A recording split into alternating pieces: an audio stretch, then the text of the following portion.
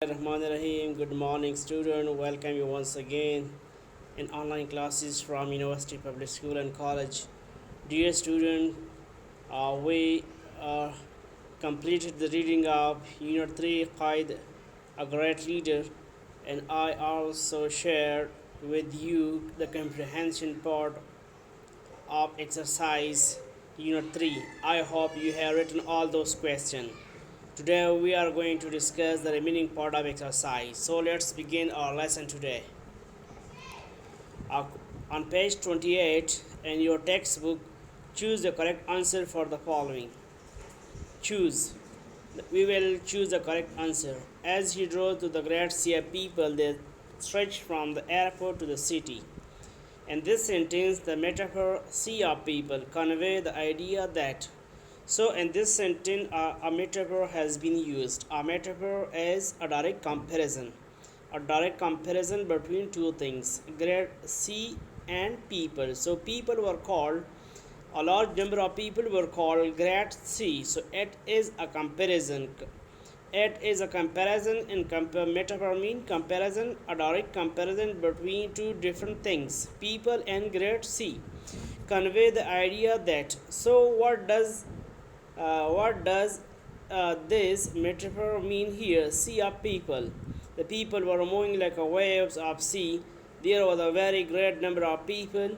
People were standing in a large area of salty water. A large number of people gathered near the sea. So it conveyed the idea that there was a very great number of people. A very great number of people. So you can here a figurative language uh, has been used in this sentence. So the correct answer is B. There was a very great number of people. As soon as he appeared, the whole crowd roared with one voice, Pakistan Zindabad. Using the comparison clue, the word roared in this sentence mean. Comparison clue mean because roaring is the sound of a lion. When a lion cry, so we call the cry of lion roar. The lion roared. So it is a comparison clue. So this comparison clue here means an angry voice, no, a long and deep voice, an irritated voice, an annoyed voice. Irritated, angry, and annoyed, and a long deep voice. So a long deep voice is the correct answer because the roar connotative meaning is a long deep voice, while its denotative meaning will be incorrect. So the correct answer is a long deep voice. Through all the excitement of those first days in the life of the young nation, and this sentence the phrase young nation represent. So nation, young nation. Again, it is a connotative language, a figurative language has been here. So the correct answer is, what does young nation mean? Newly developed country, undeveloped country, not fully formed country, or an advanced country. So not fully formed country because Pakistan has been uh, came into being on the map of the world. So not fully formed country, there were so many problems still exist in front of this nation. So the correct answer is 3. Quaid the man who had made it possible, remained calm, serious, and sober after independence. Because why he remained calm, serious, and sober after independence? So there were many reasons. He was thinking of millions of people who had become homeless. He was thinking of ways to run the newly born nation. He was thinking about his own family and friends. He was thinking of the ways to accommodate millions of people. So the correct answer 4 is he was thinking, because this answer was in the text, because he was thinking of millions of people who had become homeless. 4. 5 number. Muhammad Ali Jinnah was at this time tired and far from well. In this sentence, the phrase far from well, it is a phrase we will take a whole meaning of this phrase, the whole a single meaning for this phrase, and the single meaning of this phrase refer to ill or ailing, bedridden or disabled, cruel or infirm, injured or hurt. So the first one is correct. Ill or ailing. He was ill and he was tired. Now move to question number C. What do you understand by the following phrases? These are phrases and we will take the collective meaning of these phrases, explain the cheers and tears of joy. The cheers and tears of joy mean the delight of the people who are also happy, and uh, tears were and tear was falling from their eyes. So the collective meaning of this sentence is delight. Happiness, delightful. Far from well mean ill. Had become a nation. Had become a nation. A new had become a nation. A collective meaning of this phrase will be Pakistan. Enemy of today may be friend of tomorrow. Enemy of today may be friend of tomorrow. It is a proverb which means that there is no you should keep no enemy around, because maybe tomorrow he will be your friends. So move to the next question. Use the following word in sentences of your own. Dear student, please complete your notebook, because I haven't seen any student who sent me a single page from his notebook for checking. Excitement. People showed excitement in Pakistan India cricket match. Ideal. My ideal leader is Hazrat Muhammad sallallahu alaihi wasallam. Rarely, we should rarely visit our kids and kins in pandemic COVID-19. Vast and excited crowd welcome their leader. Unity. Great nation shows unity during wars or during any sort of pandemic. Next question. Find the meaning of the following words from the dictionary and identify part of the speech of the word through abbreviations. So, part of the speech, a single word inside a dictionary uh, may be used as a noun, as a verb, as an adjective. So, please identify the part of speech, because when the part of speech of a word change, the meanings of the word and the structure of the word and sentence also changed. So please write abbreviation for it. Part of speech. Ferocity, it is noun. We use here it is a noun. Condition of being fierce and violent. To bring, okay. Condition of being fierce and violent. We call it ferocity. Remind is used as a remind verb.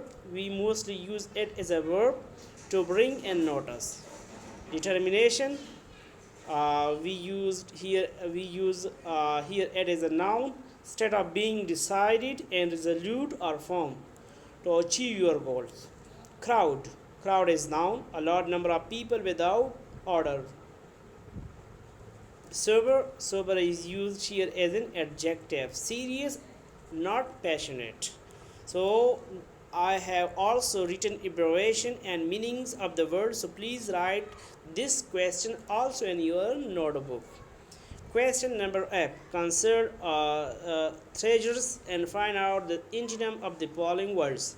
So first I define that what is antonym. Dear student, if you want to enrich or build your vocabulary, then you must have to remember antonym and synonym of words. Because then it will be easy for you to communicate and to write if you know about the antonym and synonyms of the words. To build our vocabulary in English, we mostly learn antonym of English words. As we learn synonym, as we learn suffixes and prefixes, compounding words. So all those are such methods through which we can improve our vocabulary. Antonym. What is antonym? Antonym is word that has opposite meaning of another words. Opposite meaning words are called antonym. As we read earlier, that synonym, same meaning words are called synonym. So opposite meaning words of each other are called antonym. Example: rich and poor, full and empty. So here are some words, and I wrote antonym of those words. Serious is a word. So the antonym of serious is funny, unimportant, trifling. So a single words uh, should have more than two antonyms at the same time. Violence, peace, non-violence. So peace is antonym and non-violence. By the using our prefixes non, we wrote the antonym of violence is non-violence. Mostly we create antonym by using prefixes or suffixes. For example, comfortable, discomfortable. Weakness, strength. Weakness, antonym or strength, durable and invincible. Delight, delight, antonym or sadness or frustration.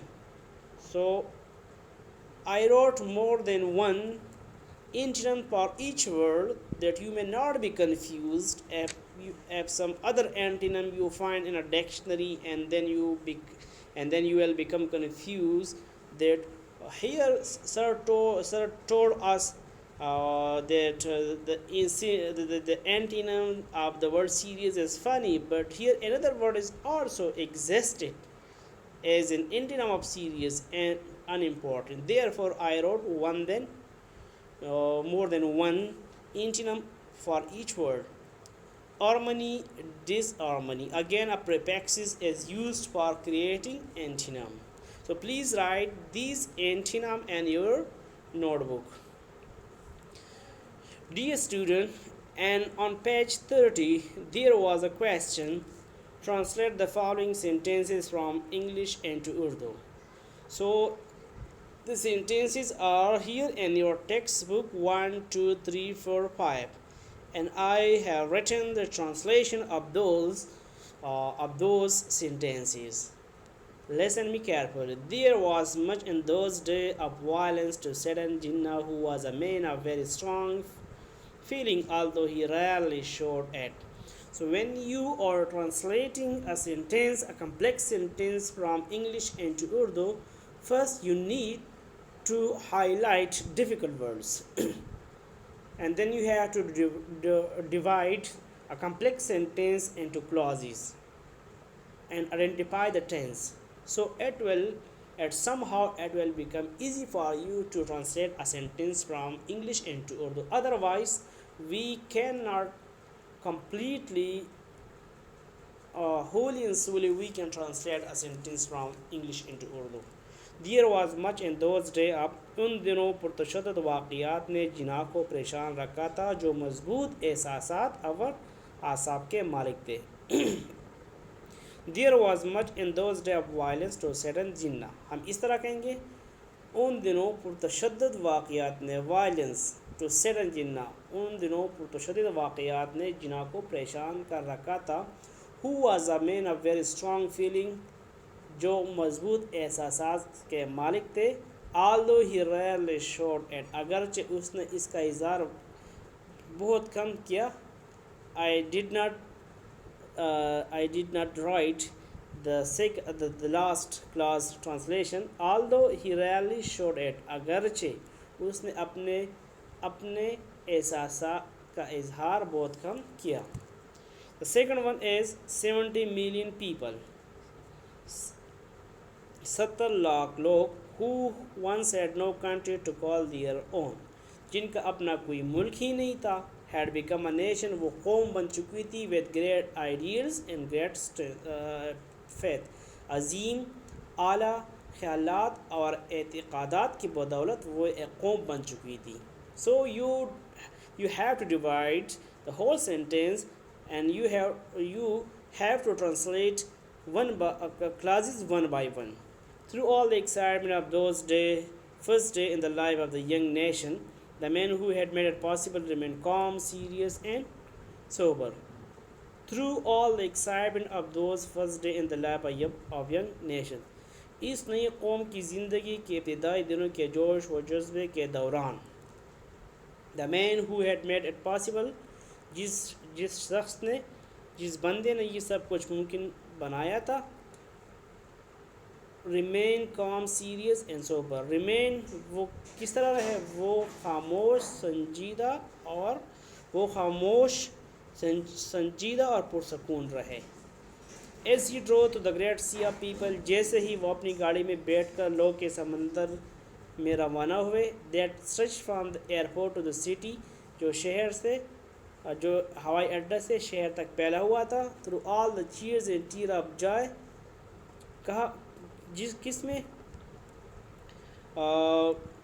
लोग की खुशी के नारों और आंसू और पाकिस्तान जिंदाबाद के ना ख़त्म होने नारों के दरमियान में से through through all the cheers and tear of joy and never ending slogan of Pakistan जिंदाबाद।